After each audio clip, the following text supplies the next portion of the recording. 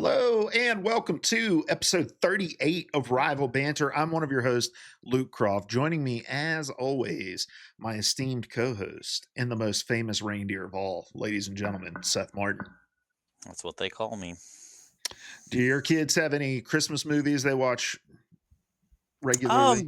They saw Home Alone for the first time like last year, so that's kind of the one it seems like.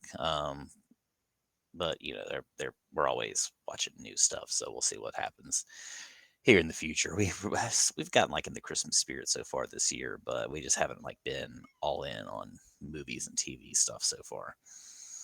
Yeah, we watched some like Amazon Prime Christmas movie that wasn't all that great. Mhm.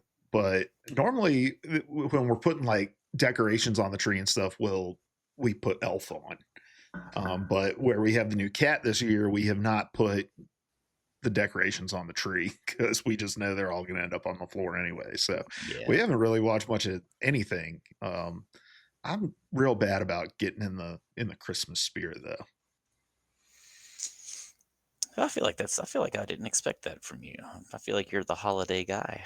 I mean, like we decorate the house and I enjoy that sort of stuff, but like I'm not big on like always playing Christmas music or watching Christmas movies or whatever. I do like driving around and looking at Christmas lights though. That's Yeah, always it's always nice. nice, but I feel like I never do it, but it's nice. You are in your final week before Christmas break. How are things going at school? Everyone Oh yeah, going crazy? fine. Just not too crazy. Just gotta, everybody's trying to just make it, I think, to that point, kids included. So I think everybody's ready for a nice little refresher. Yeah, want to not see each other anymore. I understand. This is Rival Banter, guys. We get together every week and talk about all things Marvel Rivals, then push it out on podcast services everywhere. You can find us also on YouTube. Just search Rival Banter, and we're also on Instagram and TikTok at Rival Banter. So wherever you're checking us out, thank you. We appreciate you, and make sure you hit that follow button. Also, I don't ask much like of this kind of things, but if you're listening over on Spotify, we have a pretty good weekly listener base over there on Spotify. If you're listening and you enjoy the show, head over to your app, leave us a 5-star review. Right now we've got 5-star reviews, which is nice. And those always help get visibility for us. There's not a lot of Marvel Rivals podcasts out there. There's some other really good ones, in fact.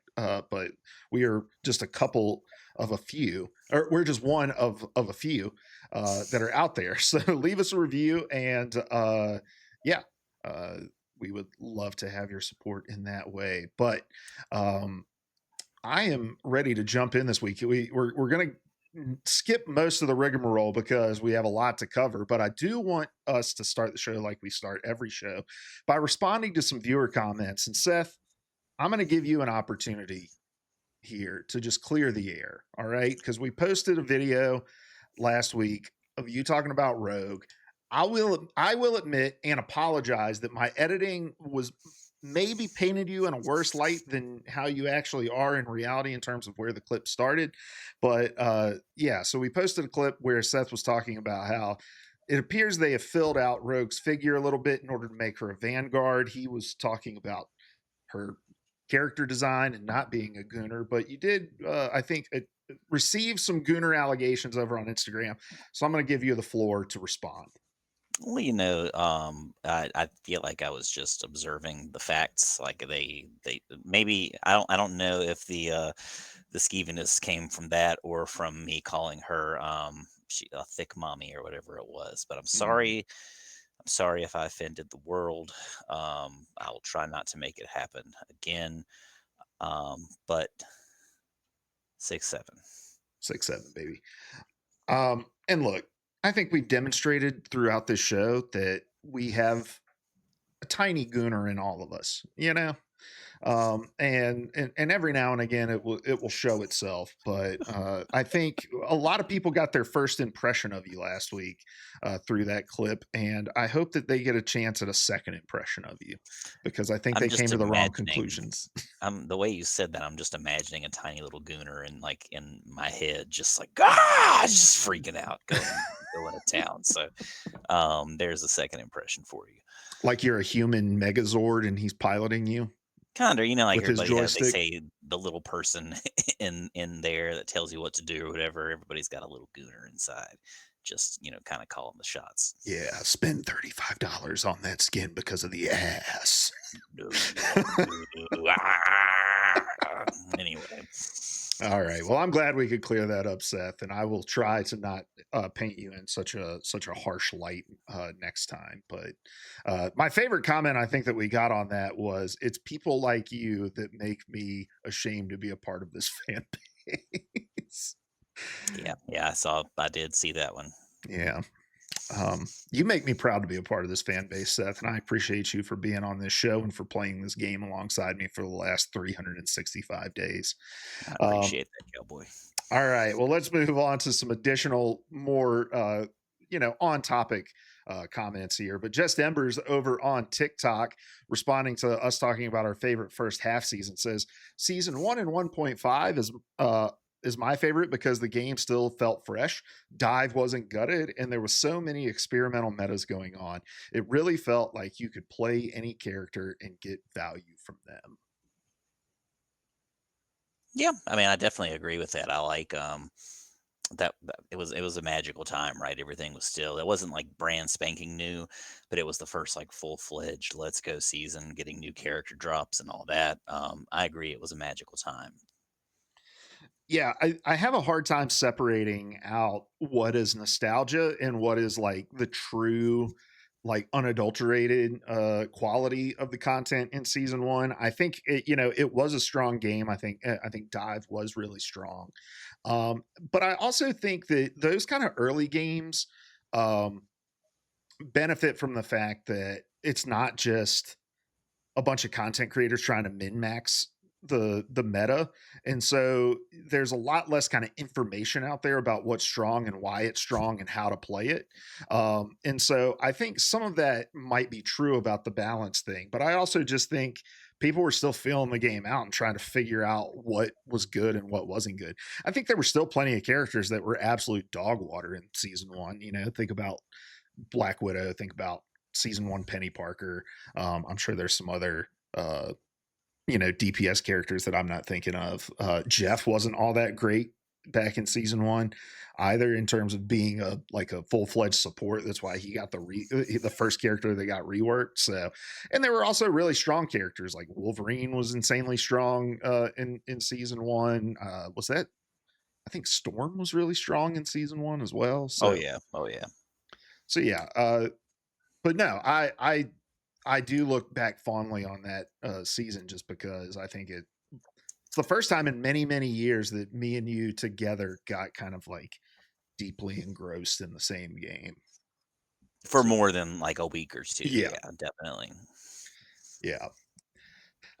Then Harir says season two would be fun for non-tank players or the ones who played Emma. After season zero, I would say season five is overall best for any roles. That's my favorite season. But now season 5.5 is just another 3.5 infinite amount of healing.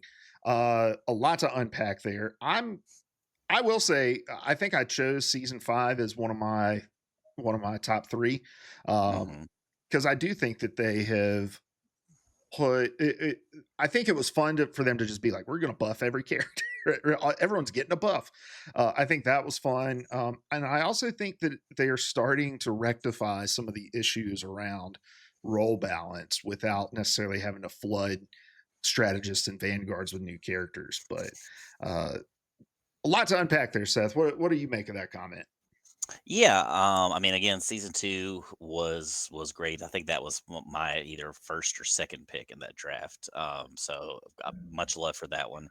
Um, didn't really agree with you. I saw the comment yesterday for the first time when we were planning on doing the show last night, and then We played some rivals instead last night after I was able to get home, and I ran into one of these matches where both teams started from the get go with triple support, and I feel like that was the longest game of my life. It was just Mhm. both teams were going at each other from spawn on convergence. I think it was, or no, convoy, and just could not get any ground. Like I think we ended up winning that one, if I'm not mistaken. But it just was the first fight was just the longest fight that I think I've ever been through, just because nobody was dying, nobody was moving. It was just as like a constant stalemate. Yeah, I want to coin a phrase for the kind of games that we've seen a lot of, I think, in season 5.5, but I can't quite put my finger on what I want to call it. Maybe you'll be able to help me out, Seth. But I feel like I've run into a lot of games where it's triple support for both teams. Nothing is happening. It's a full on stalemate, which is always going to benefit the defense, obviously, if you're playing on a convoy map. But I think an example is probably the best way to describe this. So I was in a match on Midtown, both teams triple support, and we just came out of spawn, and we couldn't move the cart anywhere. But every time you opened up the scoreboard, I'm sure everyone on my team's damage looked awesome. The healers healing looked awesome. Tanks taken looked awesome. All the stats looked really really good, but nothing was happening because we weren't targeting the right people. And I feel like I've felt I've had more of these games in season 5.5 than I've had in a long time, where it's just like something clearly isn't working, but everybody thinks it's somebody else because their scoreboard looks so personally good for themselves. But it's like you're just pumping damage into tanks that's getting instantly healed up. I don't know what to call those matches, but they're very frustrating. Maybe like support hill. I'm thinking like bullet hill, support hill. That's Mm, the first thing that's coming to my mind. Maybe the triple support fallacy. yeah. I don't know. But no, I mean that's exactly what it is, right? And we get this a lot in, like, especially when you're playing domination and you're in between rounds. You always have that person on your team who's just opening the scoreboard looking for the person to blame. But like, what do you do when you open up the scoreboard and it's like, oh, everyone on my team is 9, 2, and 3 or whatever, with, like, and I've got 8,000 damage, and or I've got 12,000 healing, but like nothing's happening. Um, Mhm. so yeah, if you've got any ideas, leave them in the comments below, because I'm sure you guys know exactly the kinds of games I'm talking about, where you're begging, please, somebody, for the love of God, shoot a healer, get to the back line. Mhm. And that's the big issue, I think, is that people kind of forget that that's the goal in that situation. Like they kind of just start shooting for whoever's in front. But that's where you've got to flex. You've got to dive those backline characters, or get somebody who can shoot them and put some pressure on them from a distance. But what do we know? I mean, we know more now because well, you are in plat now. I'm almost to plat. We're trying to get back to our diamond peak and further, but we'll talk more about that in our weekend rivals section here Yeah, in a little there's bit. there's only so hard we can try. Yeah, yeah, very true. Um, then Sully over on, I think this is Instagram, maybe it's TikTok, I don't know. Um, Talking about rogues, is not going to lie, thought she was going to be a strategist and Gambit would be a DPS, but I love what they did. Also, based on X-Men 97, Vanguard makes total sense. Thoughts on that, Seth? Oh, I mean, I probably need to go back and watch X-Men '97, but yeah, I definitely did. Like we both did, thought she was going to be a strategist, but I do. Now that we've had some time with her a little bit, I like her a lot. She's definitely got some quirks, like we called before she dropped last week. She's got some kind of a learning curve to her. She's very brawly. She's getting in there in the thick of it, and yeah, I mean, I could see it. I definitely want to go back and watch X-Men '97 before any more of it comes out, and just kind of like look for some observations like that too. Yeah, I don't remember anything in the show in particular that makes it make sense she's a Vanguard. I'm not saying that doesn't exist, because I just watched it through the one time, but yeah, I'd be interested as well. We'll give some more thoughts on Rogue in our main topic of the day, which is our thoughts on season 5.5 later on. And then Seth, I'm gonna let you read this next one, because I think this is from someone from a friend of the show. Yeah, friend of the show, Inklux061. My guy, he says she gives me Thing vibes, speaking about Rogue, mixed with Spider-Man, because of the combos you can do and just punching people. She's really fun, and I'm so happy she's a Vanguard because Vanguard is my main role. So yeah, Inklux we've known for a little while. I mean, because definitely flex between some roles.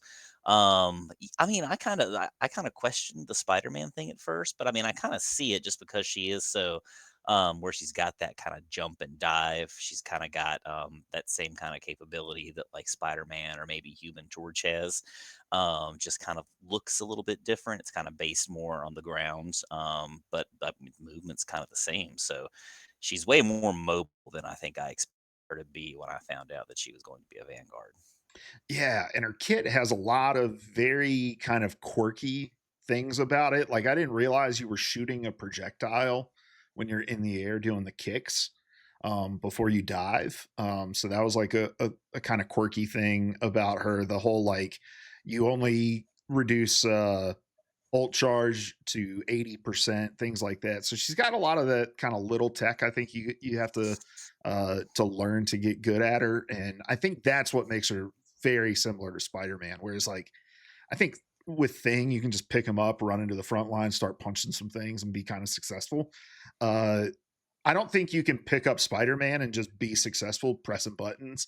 And I don't think with Rogue you can just pick up and press buttons and be successful with her either. I think it does take a little bit more of a flow chart, a little bit more of like understanding your approach and your cooldowns. So I definitely get the comparison there.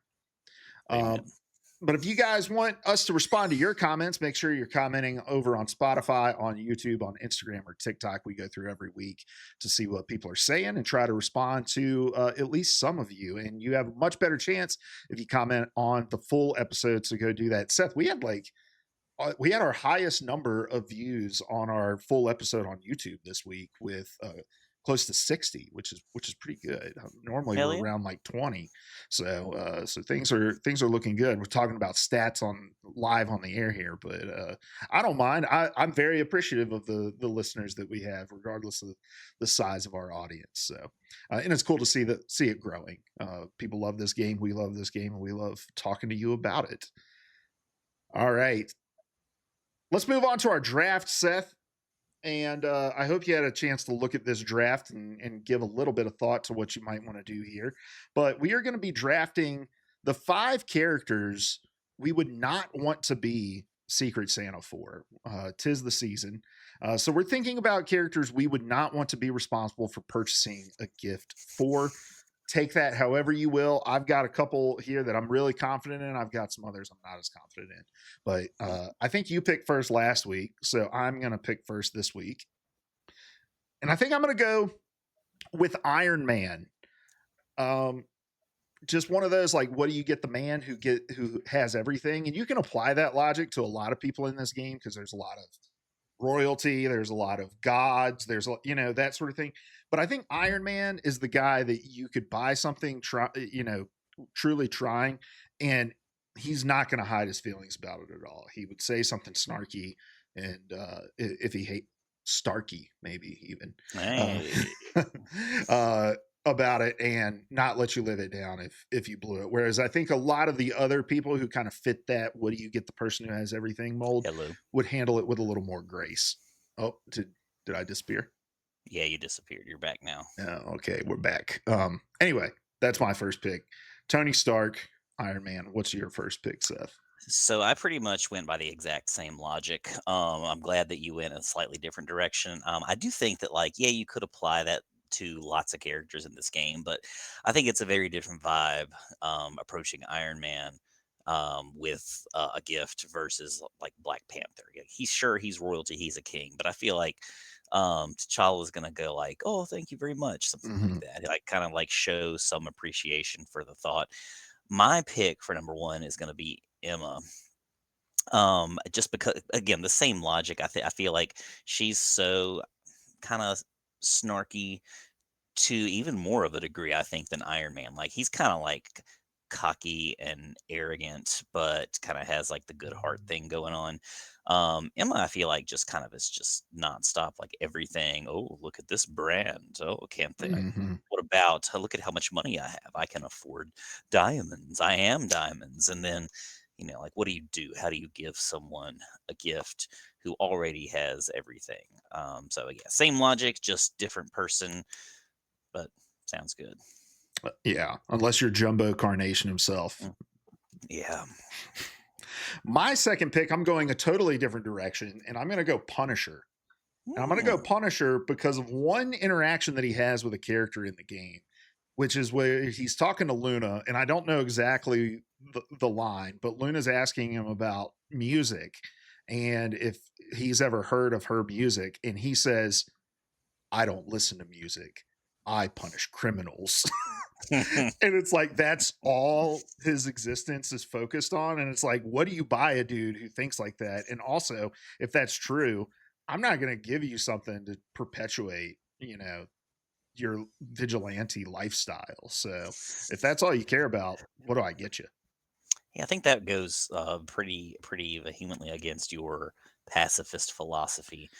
Hmm. Because I mean, the only thing he's going to appreciate is a firearm or ammunition. So what do you do? Yeah. I don't know. Buy him a Nerf gun. Who knows? I think I'm gonna go with Squirrel Girl. She's kind of quirky. I feel like she would appreciate just about anything that you buy for her, but I feel like she's gonna get a little clingy with it, and she's gonna want to. She's gonna become super attached and maybe read too much into the gift, and that's just not what I'm looking for in my career at this time. I didn't even think about that angle. That's a brilliant observation, though, Seth. I like that pick. For number three, I'm just going to go Venom because I'm not really sure what a symbiote is. Don't know anything about their culture. Don't know what you've explained this to me before, but there's a human man inside of there, right? Yeah, yeah, yeah. The symbiote's just kind of like a symbiotic creature. Like it kind of coexists with a host. It's kind of like a parasite, but it doesn't necessarily feed off of them. They kind of coexist. They kind of complement each other in ways. So Venom It's is its kind of own entity, right? From Yeah, Eddie.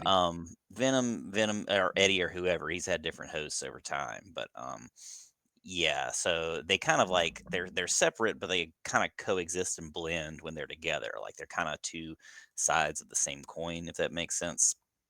Gotcha. And everybody, has different interactions with that with that symbiote or with that host. Just because the Venom symbiote's on doesn't mean that it's the same person each time.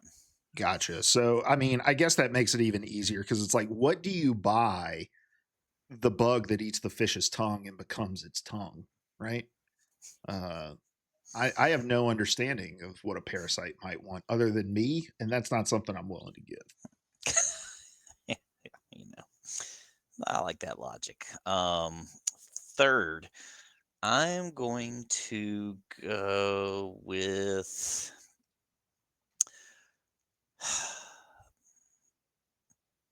Black Widow. I don't like her.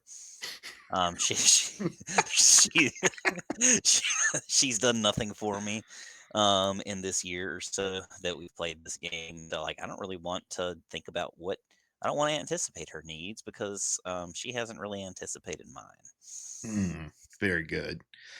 Number four, I'm going to go Hella, mostly because of the consequences if I get it wrong. She does not seem like the kind of person that she seems like the kind of person who would be quick to violence Hmm. about it. She has a lot of lines about like puny mortals and that sort of thing, and uh, yeah, I just can't handle that sort of criticism. I get that. I do. Um, for number four, I think I want to go Adam Warlock. Hmm. I don't understand him. He kind of creeps me out. He's just gold dude, and he doesn't really seem to understand a lot of social interactions sometimes. So maybe it probably depends on what side of like the lore you look at, but he's kind of just like a big baby, and I would I don't what do you wouldn't buy him like a rattle? Mm. I don't know really much about Adam Warlock either. Like, is he a good guy? Is he a bad guy? Is he? He's Neutral. a good guy. I mean, I think sometimes he's kind of like neutral. Kind of depend. I guess depends on what arc or story you look at too. But I think he's sometimes kind of just out there existing. But he tends to be more on the good side than anything. I don't think he's ever really, except maybe when they first discover him or so. I don't think he's ever an outright antagonist, to Gotcha. my knowledge. But For my final pick, I think I'm going to go Namor, and that's just because he skeezes me out the way that he just can't let go of this affection that he has for Sue. He's always saying offhanded remarks to her, and I just don't feel like that sort of behavior should be rewarded. And if Santa is real, Namor gets coal for yeah, his gift. yeah, I get that for sure. Um, Number five for me, I think I'm gonna go with Magneto, and probably Mm, this he could have actually gone higher on my list. I don't know why I didn't think about him before, but where he's pretty inherently like anti-human. I don't think mm. he's gonna appreciate anything that I have to give him. He's gonna like kind of look at it, like in the Fantastic Beasts movies, how like did you watch those? I watched the first one, so if this is a reference to the first one, I No, might get this it. is a little bit later. It's one of those. There's like a scene in one of them where they kind of go through this whole like thing where like what is it? Grindelwald is like going getting more progressively against humans and kind of gathering this like fan base and that kind of follow him and this kind of whole fascist um I guess kind of nationalist thing, but it's more so about like who has magical powers versus who's just a regular human or a muggle or whatever. So there's this scene in one of the movies. I think it's the second or the third. It's definitely not the first one, but they're at like a restaurant. It's like I think it's Dumbledore and Grindelwald meet up at a restaurant because they were friends or lovers or whatever, and they're like a human waiter comes by and like does something, some like just waiterly thing, and Grindelwald just looks at him like he just kind of like sniffs, like, "Oh God, like it's disgusting." I feel like that's gonna be Magneto responding to my gift, like just or like he's just gonna flick it away and be like, "That's gross as hell. Get it away from me." So I don't really have space for that in my life. I'm gonna say Magneto. Magneto on the list. I like that. All right. Who would you guys not want to be a Secret Santa for? It's funny because if we were going to do this the inverse way, I think Squirrel Girl would be somebody that would be. I think any of the people on in the hero, like the cast list that have animals associated with them, would be insanely easy to buy for because you just get something for their pet and they're going to be thrilled, right? But I liked your logic where it's like, if I buy something for Squirrel Girl, she's just going to text me constantly. Yeah, not necessarily that she would be in love with me or anything like that. I hope it didn't come through that way, but just like she's gonna be overly friendly and Hmm. like yeah, I was just buying you some. This is my secret Santa for work or something like that. Like this is just what I signed up for. It doesn't mean that we're BFFs now. Hmm. I understand. All right, guys. Well, yeah, like I said, let us know in the comments who your least, who you would least want to have, who you would not want to be a Secret Santa for. I don't know why I'm having such a hard time talking today. Good thing this is a podcast and I don't have to do that very much. So, uh, Words are hard. all right, let's move on. We're going to talk about our week in Rivals now. Seth, what'd you get up to in game? We already kind of mentioned it, but mainly have been playing when we can get on. Have been trying to grind out some ranked. I think we've had a pretty good week. We've pretty consistently played at least like 2 to 5 games a night most nights this week.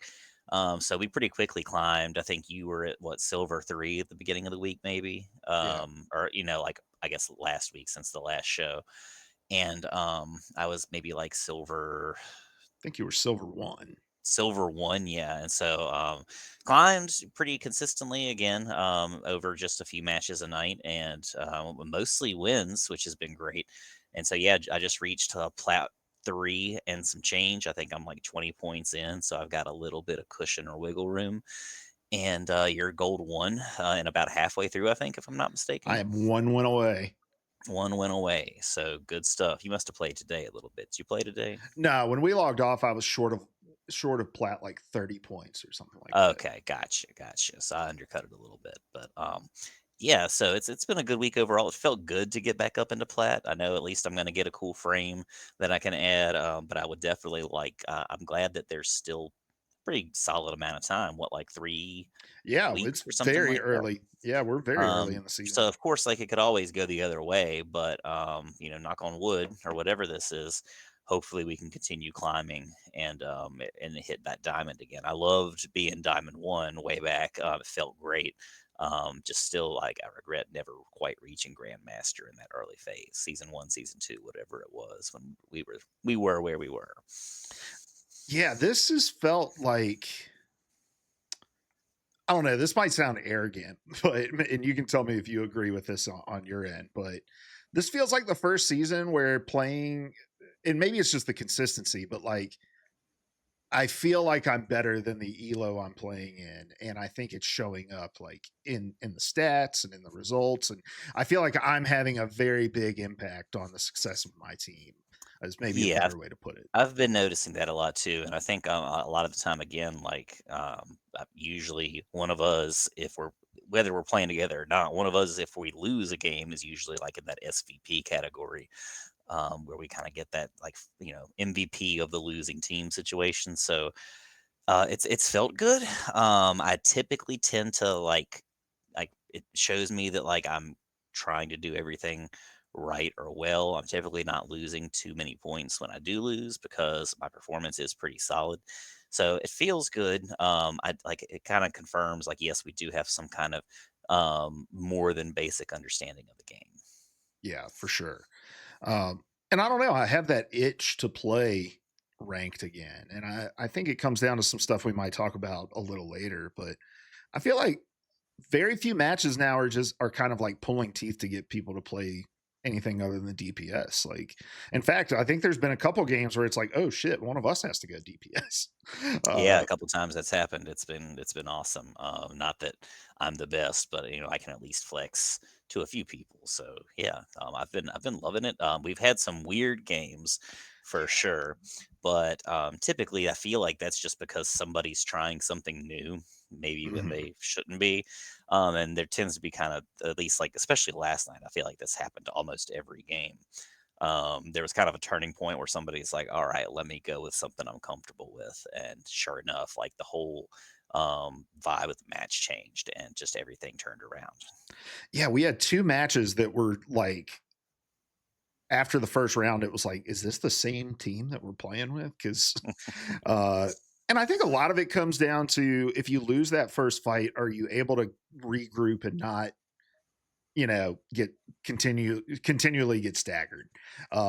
And I think that's part of it. But I also think you and I have both become a lot better at like looking at what we're playing against and saying, what does our team need and how can I put us in a better position to win? Like last night, we were in a 2-2-2 game, but we had like two divers. I think it was like a magic and I don't know, just throw in and maybe a Spider Man. But they were running a Groot, and it was just like we can't heal our front line with that DPS. Nobody's taking care of these walls, and like you switched to Squirrel Girl, and we immediately started winning that game. And there was another game where like the Gambit just wasn't working for me, and so I switched to Cloak and Dagger because uh, we were a lot more spread apart and stuff like that. And again, like we started winning because not because I'm better at one or the other, but just because I think we understood like what the team needed in that moment, and we're much more willing to like flex what we're doing.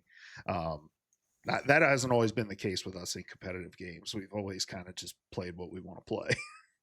For the most part, yeah, and I think that's what a lot of people do. But I think that's kind of become more my like quick play mindset. Is it's quick play. I'm not going to sweat it. Just play whatever's fun.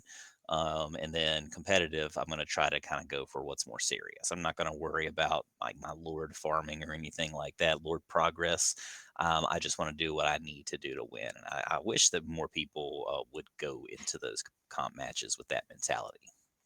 Yeah, my mindset outside of that one game where I locked in Hella because we had 5 DPS or 4 DPS Hmm. before leaving spawn. Outside of that, Hmm. I think the new mindset I've had towards comp is just what can I do to put us in a better position to win? and everybody else can do what they are going to do because I can't control that. But like, if we're going to have like 4 flyers, okay, I'll play like Cloak and Dagger. And even though it's not what I necessarily want to play, and I think that mindset helps me avoid the tilt as well. Cause it's like, all right, well, I did everything I could do. Um, Speaking of Lord farming, though, I have been playing a little bit more of the Annihilation mode just because I want to finish that Moon Knight Lord. I'm so close to it. And I Oh have been yeah, since like yeah. season 1, but I just never play Moon Knight. And I was like, I need a DPS Lord that I can just have. Hmm. And But I'll tell you what, man, I thought like it'd be easy to just farm in that mode, but I guess that where the games are so quick and there's so many people, like it's hard to get final hits, which is one of your things with Moon Knight. It's hard to get like onk bounces because your onks just die so fast from all the damage that's being pumped out and stuff like that. I found it a little harder to kind of grind, and it's likely character dependent, right? I'm sure like with a tank, it's a little easier to block a bunch of damage or whatever. But Hmm. uh, I have not made hardly any progress after playing like 8 games of Moon Knight in Annihilation mode. I'm like, I might as well just play him in quick play. Hmm. At that rate, yeah. I'm glad that they added Lord Progress though to Annihilation, um, because I think it gives me a little bit more of an incentive to jump in and play when I'm like warming up or waiting on one of you guys to log on. Have you played any more Annihilation since it came out? Just with you, I think when Rogue Oh yeah, came out last week, that was about it. but yeah, I'm excited. I wanted to play more ranked today. I just didn't have the time. But it's been a long time since I've been sitting like not playing rivals and thinking, man, I wish I was playing ranked. Hmm. I think it's also just the prospect of not having to climb out of bronze again if Yeah, I keep playing. that's a morale booster for sure. All right, well, let's jump into the news. We've got a lot of cosmetics news before we jump into the big news story from last week. But we've got 3 new skins that are dropping this week into the shop, and they are 3 of our Christmas skins. And it's the Star Lord Starcracker skin, the Penny Parker Snow Spider skin, and the Daredevil not Daredevil skin. We already reacted to these last week. Although we thought this was Iron Fist, the Nutcracker one. I did Oh not know yeah, this was yeah, Star yeah. Lord. Seeing the boots helps a little bit, but yeah, this is I mean exactly what we talked about before. It's still not really doing much for me. If I had to choose one to be the coolest, it's probably the Daredevil, just because it's so basic and you still can like totally tell like it fits the character, right? Down to the glasses, the little horns, and it's comics based, if I'm not mistaken. Not that I don't really know if the other two are or aren't, but this is definitely I think the best out of all of them, but again, I'm just not much of a Christmas aesthetic guy. Yeah, I'm playing the Starcracker trailer that they posted up, and it's Star Lord's first legendary skin, which is Oh wow. noteworthy. He hasn't had a legendary skin since the game came out, so some of the voice lines change. I think he says happy holidays instead of legendary when he casts his ult, so that's a little bit different. I also like how they kind of gave him that like stiff movement, and I think I like the in-game render of this a lot better than the concept art that they showed. I'm not a Star Lord player though, so definitely won't be purchasing it, but I think it's a cooler execution than I was expecting, especially since I thought it was Iron Fist. Yeah, I'd agree with that for sure. There are two. Well, I'm sorry. There's one noteworthy thing about this set of skins, and that is we finally are going to get to see Penny out of her mech in game because they are adding a new have a seat emote that where she jumps out and sits on Spider's arm. And I think this is really cool because there's so many cool Penny like character designs out of her mech, and you never get to see those. So I'm glad they've added this.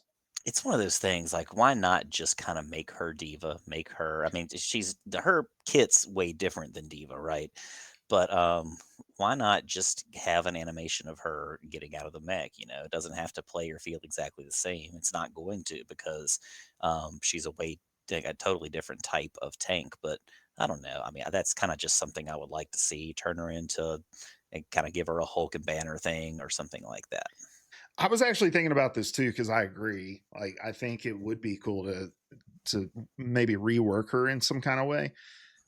And rather than the diva thing where you kind or even the like Hulk banner thing where you turn into it after you take so much damage, what if you could hop out and like assign a task to Spider while you can also do damage, where it's like you can have him target your nest and repair it while the other team is attacking it, or you can like set him to, target a certain hero on the other team, and then you have your own movement and damage abilities that you do while Spider is doing its thing. I don't know how lore accurate that is to Penny. I know nothing about Penny Parker as far as a character is Yeah. concerned, but I think it would be cool to be able to have some gameplay with her outside. So I agree. I understand why they don't want to do it because of the like comparisons to Diva, but I think there's some cool and interesting things they could do uh, to make that unique. Then we've got a new event coming this week as well. The Gone Nutty for Gifts event is going to be, our next like event where you're kind of opening things, a little fun little mechanic. You're getting gifts off the tree, and it's going to come with 3 skins. You've got this golden black Magneto skin, you've got the Squirrel Girl skin, and then you have the Bucky skin. The Bucky and Squirrel Girl skins being the premium ones. Uh, I don't know how I feel about this mag skin. I like the colorway. It just doesn't really match anything going on with the theme. Yeah, I mean, I don't really care. I think it's badass, so I'm gonna be doing that. It's the free skin, if I'm not mistaken, Mm-hmm. that goes along with the event. Um, I'm not 100% sure. So is it? I guess I need to. Have they really broken down what the premium rewards are yet, or is that something we're just gonna have to see? Is this live now? I think it goes live on Friday. Oh, I guess tomorrow. Yeah, tomorrow is the 18th. So I was Oh thinking, yeah, tomorrow. my days are all mixed up. Yeah. Yeah, we're a day late on the podcast here, but yeah, so these come out tomorrow, and so it's going to be Magneto is the free skin, Squirrel Girl and Bucky are the premium skins, and then I imagine it's just the MVP, all the bundle stuff you get, the emotes and that sort of thing.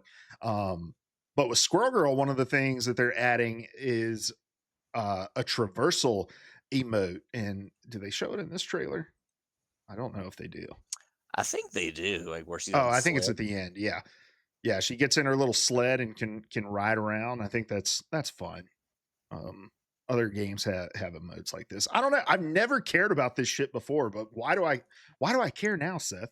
I mean, when you're when you love the game, when you're attached to the game, I think it just kinda adds some depth, adds some further interactions you can have with it. I hadn't really personally thought about adding that kinda stuff to this game, but I love that you can. I hope that it's not just playable. Like, they featured it in the clip, in the trailer, being in the Times Square map, and I hope it's not just something that's like exclusive to that. I hope it's something that you can like fully use, just like a regular emote, but kind of to traverse, like to kind of kill downtime on your way to a point or something when you're setting up, or as long as you don't lose a ton of speed or whatever. But yeah, personally pretty excited about it.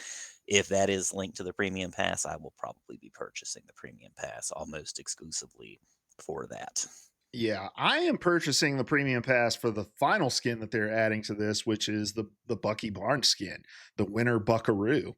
Uh, I don't think I like any of the current Bucky skins. I do like this skin, and I've been playing a lot more Bucky when I'm in quick play and stuff like that. He's kind of my DPS go to at this point. So I'm excited about this skin. I like the aesthetic, and you know Rivals is never gonna beat the Gunner allegations because he's in this like crop top open Santa jacket with no shirt on underneath, and you can see the V cut. So Mhm. uh, something for everybody under the Christmas tree this year. That's right. Ho ho ho. Oh, I was talking about that. Wasn't sharing my screen, but that's okay. We'll move on to the biggest news I think of last week. We got the official reveal of Deadpool, or the official announcement of Deadpool and Elsa Bloodstone coming to the game in season 6 during the Game Awards. Oh, what's up, game? let me mute that. Seth, do you have a chance to watch this trailer? Oh yeah, I mean that's awesome. I love these kinds of things. That kind of I loved how Overwatch used to do, like with every character, they would kind of have this thing where you would get like a comic that you could access. There would be some kind of like story video posted to YouTube or wherever where you could kind of go and watch, kind of get some, if not like outright background or history, you kind of like get some kind of context for what this character's like in the lore of the world. So yeah, this was just cool. It was fun to watch. They kind of had the nice little Elsa Bloodstone tease at the end where you see her. I mean, it was just a fun video. I hope that's something that they continue to do, and that it's not just we've got to do something special for the Game Awards this one time.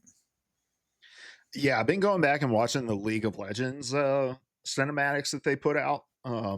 Just because like I play Laudle, which is like Wordle for League. And one of there's a lot of lore stuff in the little items it shows you when you guess a character. And I'm like, I don't know anything about the lore of this game. So I've been going back watching a lot of those cinematics, and it is cool how much depth it gives to the game that you're playing, especially in a game like League where all those characters are made up, right? Like none of them Mhm. exist outside of the league universe. So I think I would love to see Marvel Rivals do a little bit more of this sort of stuff. I think I get maybe why they don't, because there is so much context for these characters outside of the game. And I think with like the time traveling element and like the different multiverses in the game, it's probably just sort of messy to keep that sort of thing going. But go ahead. I get that too, but I also kind of feel like the opposite's true. Like that would be kind of a chance. I think that the lore, unless you're reading all the cards and the little bits, little nuggets and tidbits that they give you each season, I feel like it would be kind of a cool way to just put a little bit of that lore out there and make it more easily accessible. Like maybe instead of Mm-hmm. focusing as much on the characters, like, yeah, I agree, we don't really need to waste time learning about these characters that most of us already know.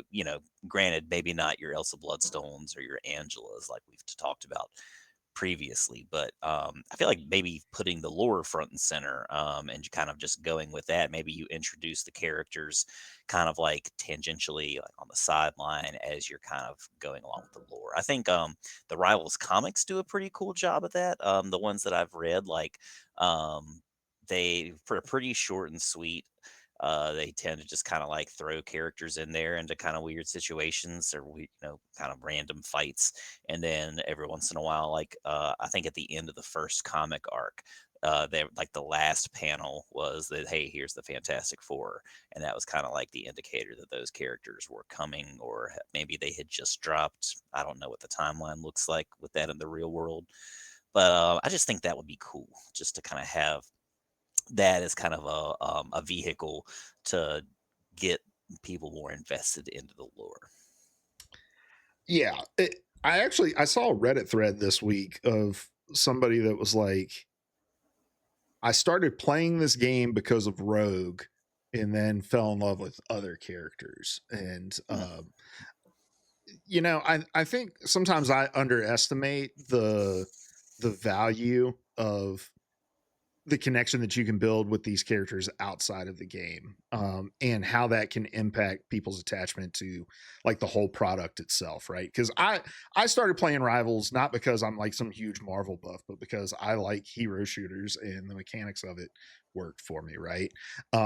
And so I like that idea of like, get people invested in the game by showing them these characters in these sort of other media, but in this sort of universe, and then that might attract people into this universe that the game itself is exploring. So, um, So yeah, I'd love to see some more of this sort of stuff too.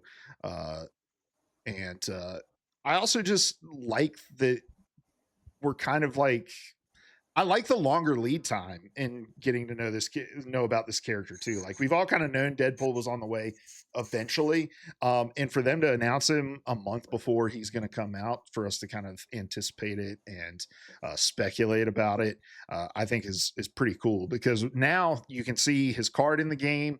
It's grayed out. You can't select it. It tells you the date that he's coming and that he's going to be a duelist, and so it just kind of adds that extra runway for me to get excited about a new character that's coming. I do want us to stop for a second, though, Seth, and speculate on what do we think are going to be some things within Deadpool's kit.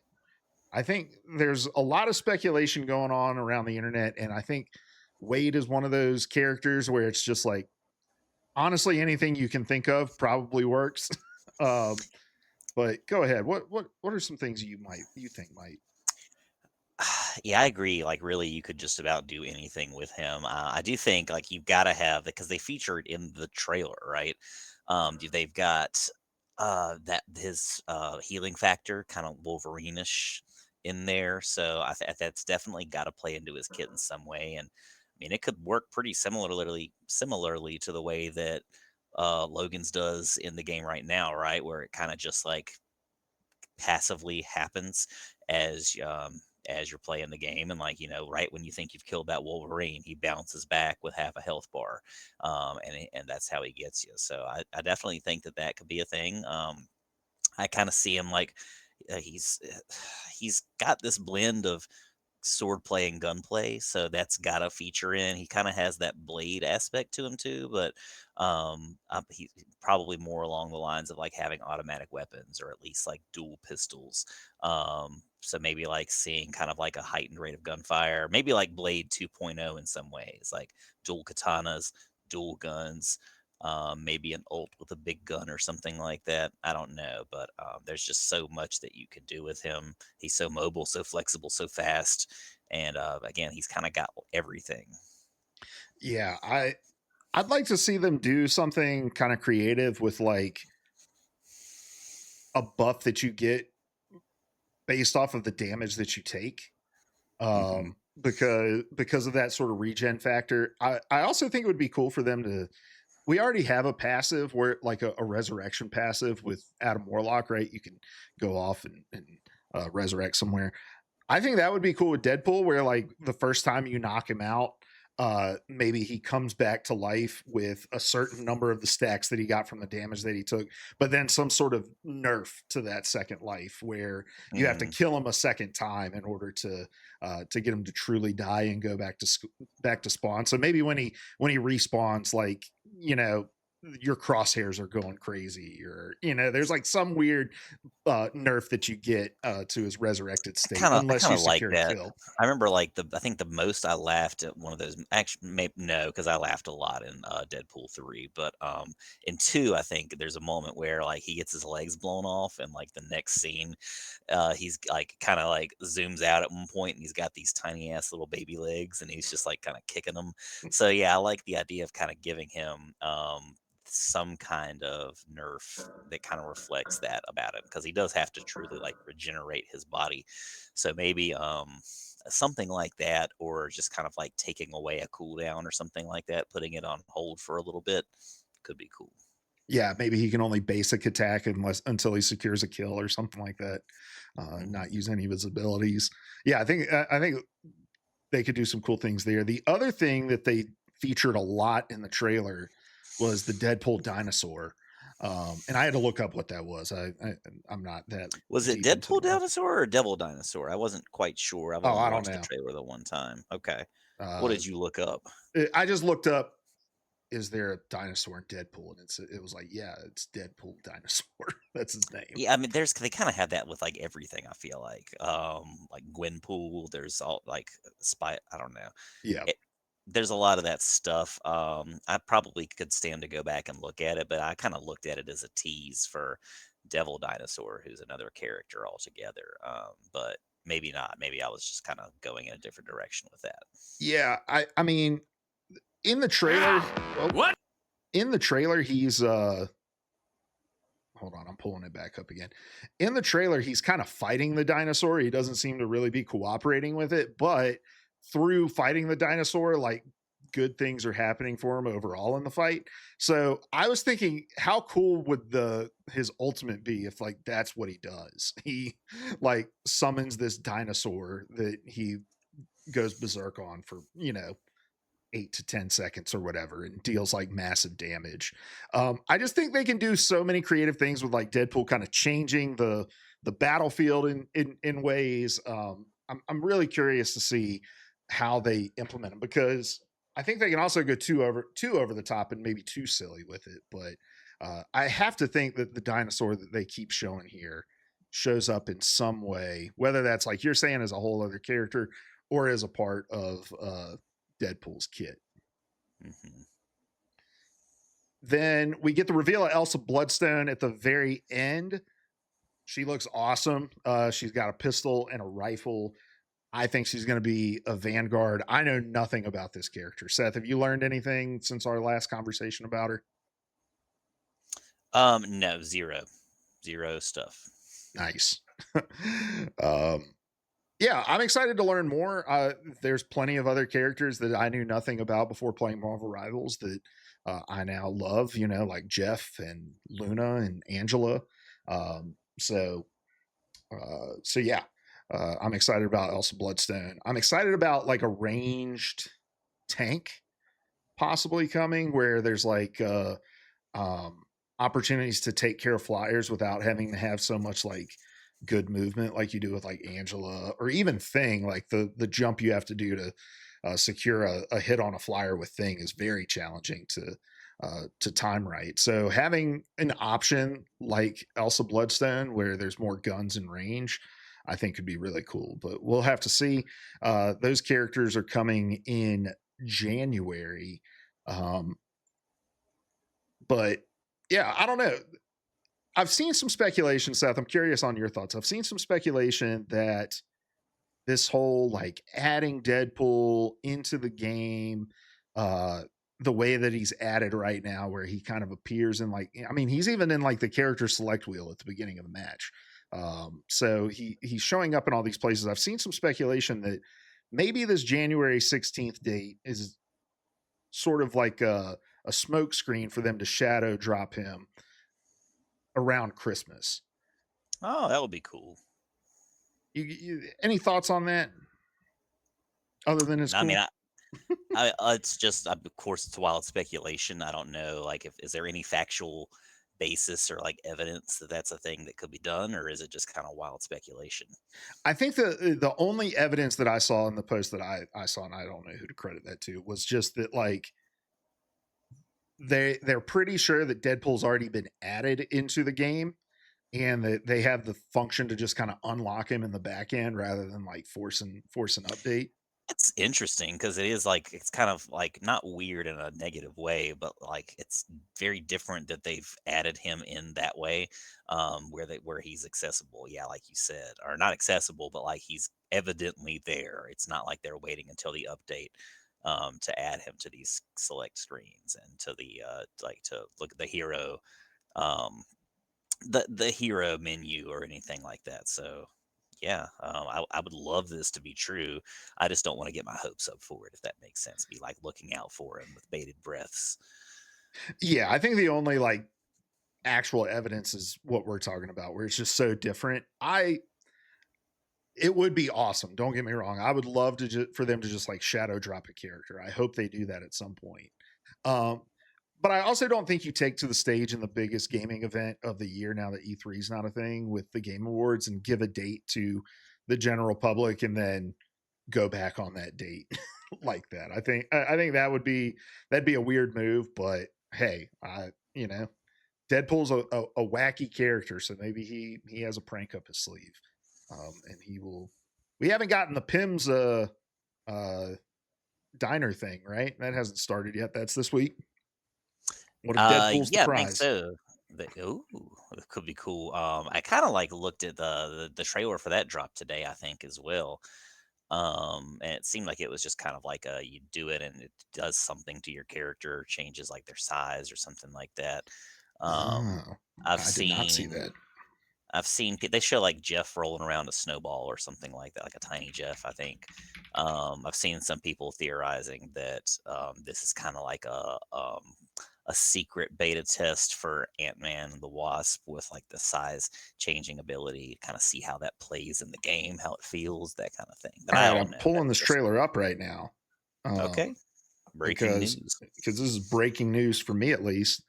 Oh yeah, Jeff gets to be big. He's way bigger than Hulk here, and then he gets real tiny. Oh, this is interesting. And so I guess like the idea is maybe you don't know what you're gonna get or something like that, but I don't know.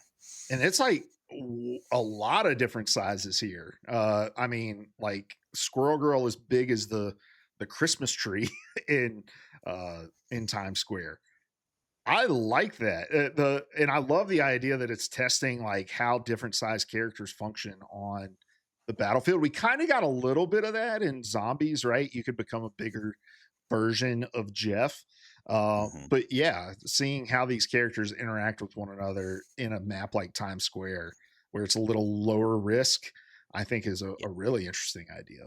Yeah, it just kind of goes along with like just the idea. Like, I love that the game's getting so much more dynamic and just continues to change, and it's pretty constant. Like, it seems like this past 3 4 months has just been nonstop new, and it's fantastic.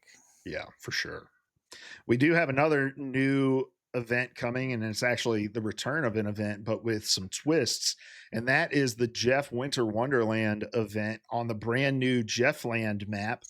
Uh, I think that this looks pretty cool because it looks like they're taking some of that sort of zombies approach where you can do different sort of ability paths with Jeff. But yeah, what do you think about this trailer?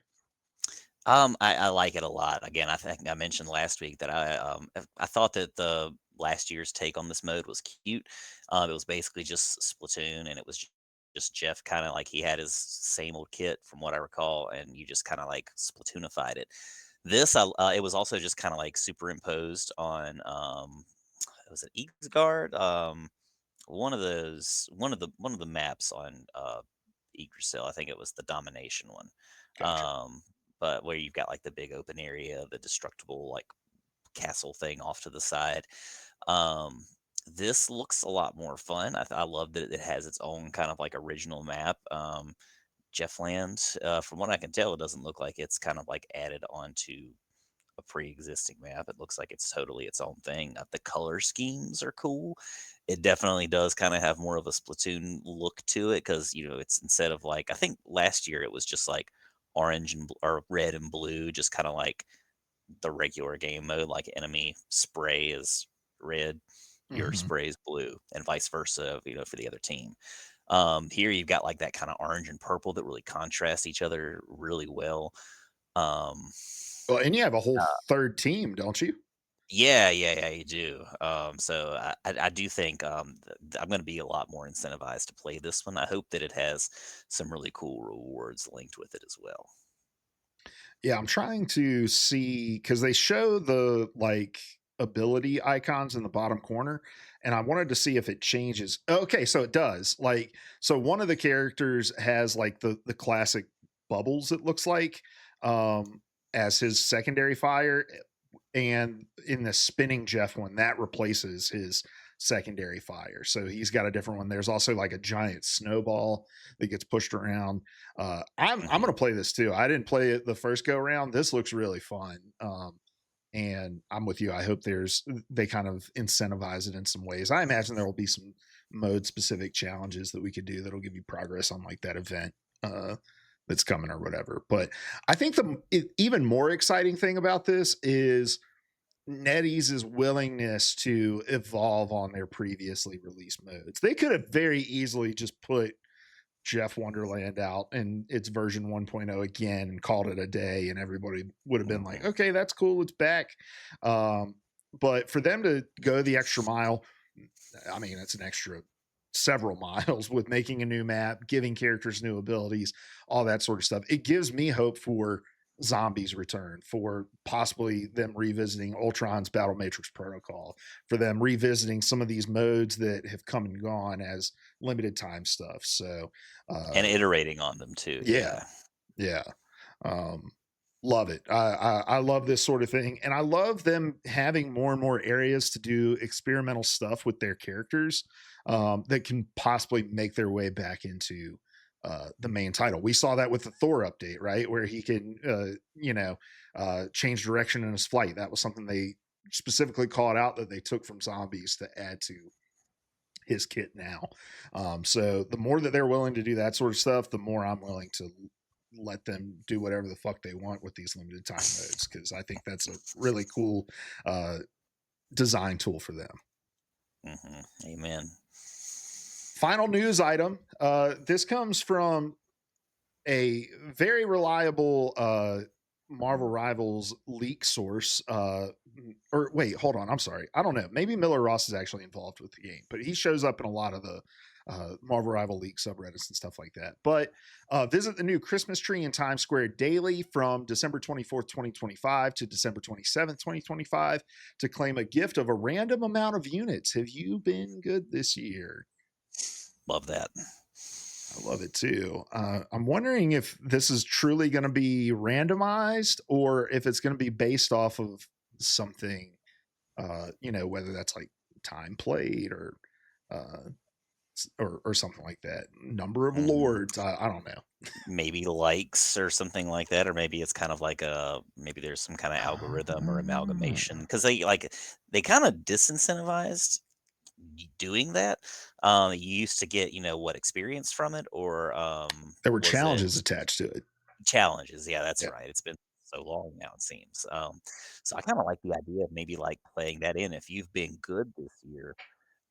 Maybe if you've received lots of likes or something like that, then maybe that increases your player pool, like what you pull from this event.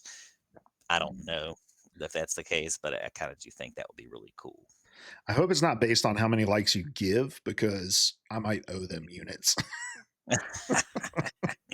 I still kind of hung on and did it for a while. I think just out of habit after they made that change, but I've definitely gotten way away from that.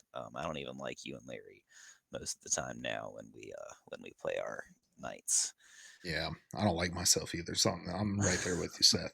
Mm. All right, well, let's wrap up the news there and move on to our topic of the day, which is season 5.5. A lot of balance changes. We've been playing a lot more ranked this season. We have Rogue coming out. So just wanted to set aside some time for us to talk about our thoughts here. I know we started to talk about Rogue, but I think that's a good place for us to start. How much have you been able to play with Rogue? Really just the first couple of days. I haven't I enjoyed her. I don't know if it's that I haven't played enough of her to really fall in love, or if maybe she's just not quite my play style. Like where Inkulux earlier mentioned, like her connection to Spider-Man or Human Torch. Those are characters like him saying that made me think of like maybe that's what it is, like that she kind of has that high mobility rate to her. um you've got a lot to kind of juggle there, and that's not typically what I go for with my favorite kits. They tend to be kind of just like sturdy, stable, um and kind of limited to like I'm not doing 1,000 things at once.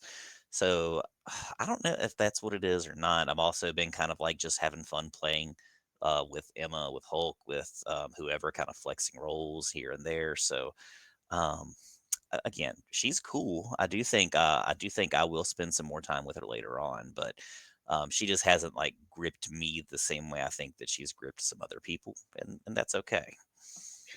Yeah, she's definitely a true off tank. Hmm. She's not someone your team's going to be able to kind of play around as a solo tank very much. I think she lacks a little bit in the like damage mitigation area. I think she could probably benefit from her block doing a little bit more damage resist, but I think overall we need more character releases like Rogue, where it's like these high skill ceiling characters in these off rolls. We saw that with Gambit as well, where it's like the skill expression that you can have with these kind of characters, that's something that's been missing in those roles, because you have so many just like get in the face, punch them in the face, frontline a bunch of damage, not a lot of decision making. And I think the way that you start to move DPS players off of that role and into the strategist and vanguard role is to give them players that they have a lot more agency with, that they have a lot more kind of decision making power with. And I think Rogue really fits that mold. But I'm with you. Like, I think for my personal play style, it'll take some time for me to fall in love with that kit, or if I ever do. But I don't really play like Venom or Cap or Hulk. Those kind of high movement characters that you kind of have to really understand where you're positioned.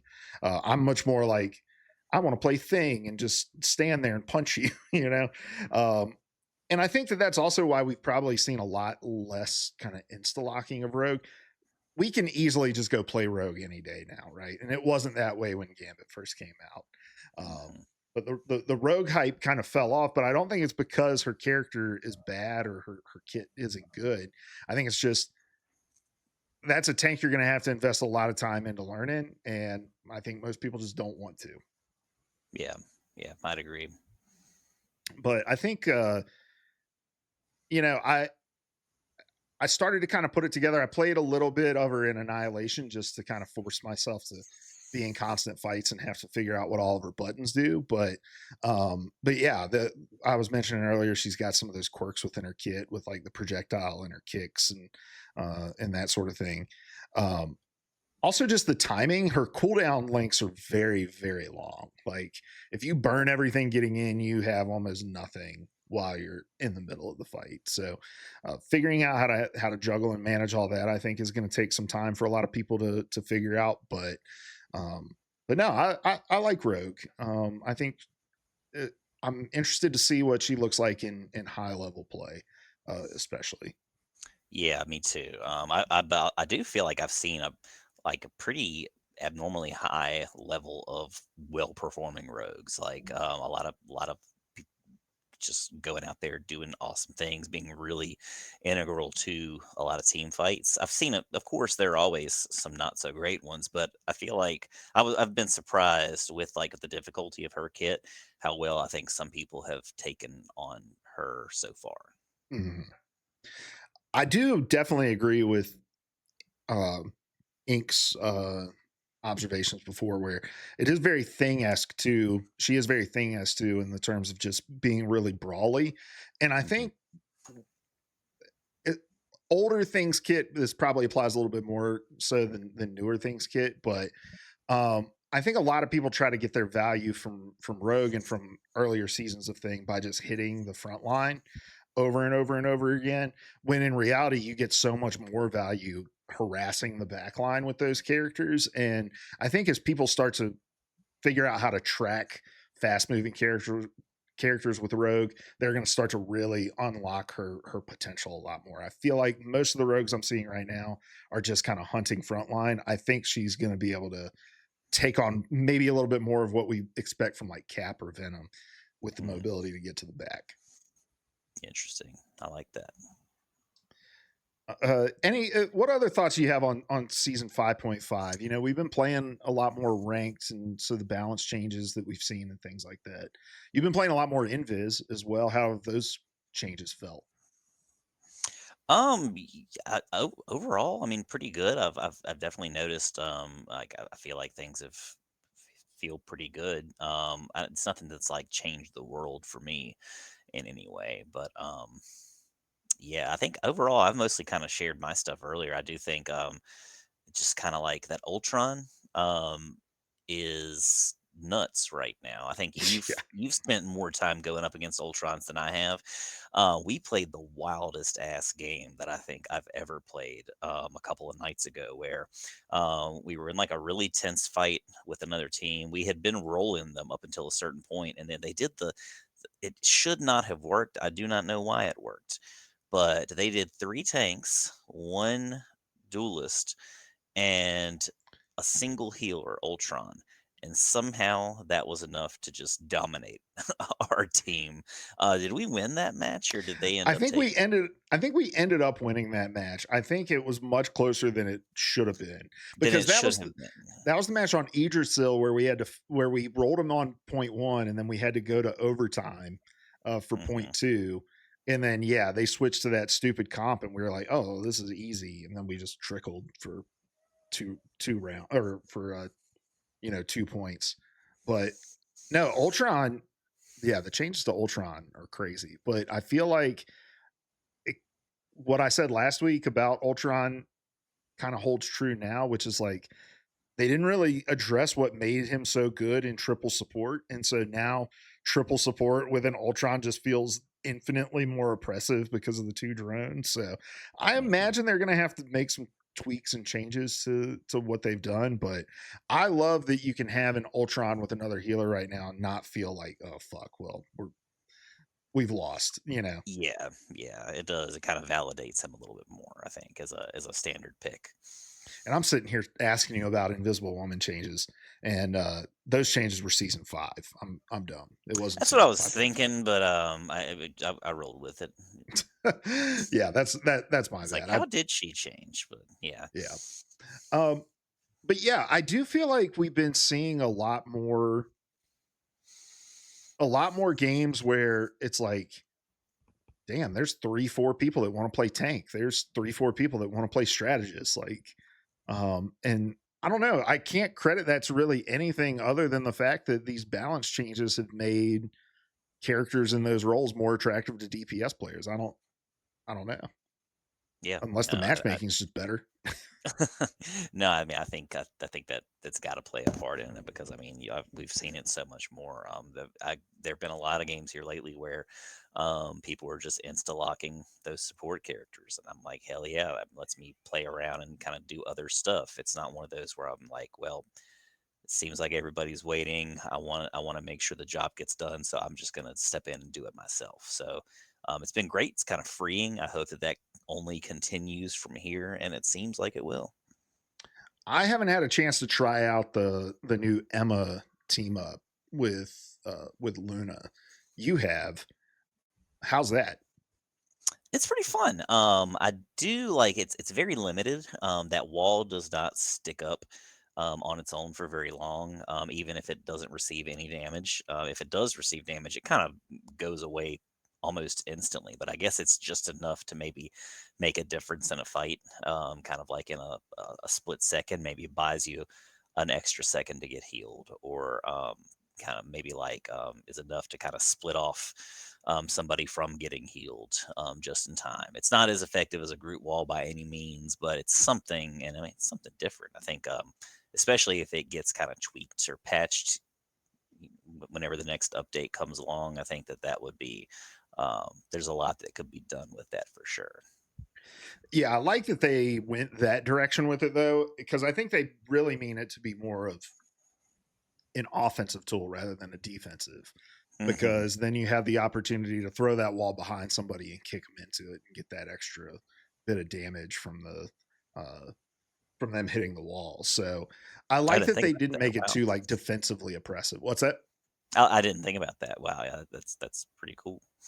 Yeah. So I like that they didn't make it so defensively oppressive because we don't need more walls. The group walls are enough. Fair I don't enough. need Yeah, more of yeah, that. I agree with that for sure. Also, infinite penny bands in ranked. Uh and I'm curious how you're feeling about it. We ban Penny almost every single game. And I don't know. We've seen this character go from absolutely useless in earlier seasons to just always being banned. What do you think it is about her that I don't. I feel like this started a lot more in season 5, maybe a little bit in 4.5, but definitely 5 with Gambit. I don't know. I think just like between with it, with this rocket team up, with the multiple generators going on. I think it's if you're using your brain and your placement and working with your rocket to really like place those like mind generating items around, then you can be really, really oppressive with her. And the fact that now the Webb's heal, even though it's minuscule. Like it's not much healing at all. It's not enough to really like change the tide of a fight. But I don't know. I think all that just kind of adds up to make her a force to be reckoned with, especially in certain game modes. I'm not as worried about her on like a convoy, but like maybe point A convergence, like she's always been effective. Um, Anytime with like a Dom setting up, if you can like kind of take control of the point and then do your work, yeah, that's you can kind of make points unnavigable Hmm. if you know what you're doing. And so yeah, I've had no problems banning her. I've been banning her for quite a while, in fact. Yeah, she's at the top of my mind every time the ban screen comes up. It's always an insta lock ban if there's just going to be a bunch of diving DPS on our team, just Hmm. because you can't play into a Penny when that's the case. Also, just how often her nests go unshot is beyond me, right? Like Penny, at least in the elos we're playing in, can be oppressive even with very poor placement of her generator, just because people don't think about shooting it. So Hmm. that's one of the reasons. But the other thing, and as a tank, a guy who plays a lot of like Thing and other tanks that don't have a lot of real great sort of damage mitigating things, um, is just the CC. That web being on such a low Yeah. cooldown is so Hmm. frustrating to play into. And so if I know I'm going to have to play tank in a game, she's an instant ban for me, just because I don't want to have to deal with that every 2-3 seconds. Or if I'm playing a character, which this is a lot less common for me, but like, Larry's been playing a lot more Scarlet Witch, and it's like Hmm. she can just be webbed out of her ultimate, so Yeah, yeah, it's true. uh so yeah, I think we're gonna see some Penny nerfs in season 6, and I think one of them will probably be the CC, and they might end up just removing the rocket team up and moving on to something new. Because the ban rate, I think, at least in our elo, is really, really high. I've seen a lot of people complaining about it. So, Hmm. all right. Well, that's going to do it for us today, guys. We'll have more thoughts, obviously, on season 5.5 as we, as we continue to play, as we continue to grind. Um, I think we're going to try to do the show next week, right, Seth? Um, Yeah, as far as I know, especially if I won't have too much going on. I think all the kids stuff is kind of on break next week too, so should be around. cool. So we're definitely going to do next week. Probably going to take that next week off because I don't think I'm going to be around. So, Mhm. so just a heads up there. We will probably miss a week. So, but we'll be back in the new year after that. But we will be here next week to talk more about Marvel Rivals and what we're loving, and a lot of the new content that's coming. I'm so excited that we're getting more and more stuff week in, week out. But before we wrap up, Seth, what are you going to be getting up to in game this week? I'm just gonna try to keep climbing. I think that's my goal. I'm very excited about these new events coming, and yeah, just kind of excited for all the changes. I'm glad that I have a nice break where I'm not going to be doing too much, where I can kind of like not feel like I've got to jam my rivals time into like an hour or two um, after the kids go to bed. Mhm. 8, 9 o'clock at night, whatever it is. So yeah, looking forward to giving it some of my best hours of the day. Nice. Yeah, I'm off for a lot of next week too. So hit me up for some daytime rivals. I'm totally down. Um, and then yeah, I am just gonna keep playing some ranked. I think I've given up on my zombies dream. It's just too repetitive in the early game for me to really want to keep trying at it. Mhm. I did get my Gambit Lord this week, which I was very excited about. Mhm. But just gonna continue to play Gambit in ranked because I think I've kind of grown a love for him, and I think I'm pretty good with him as well.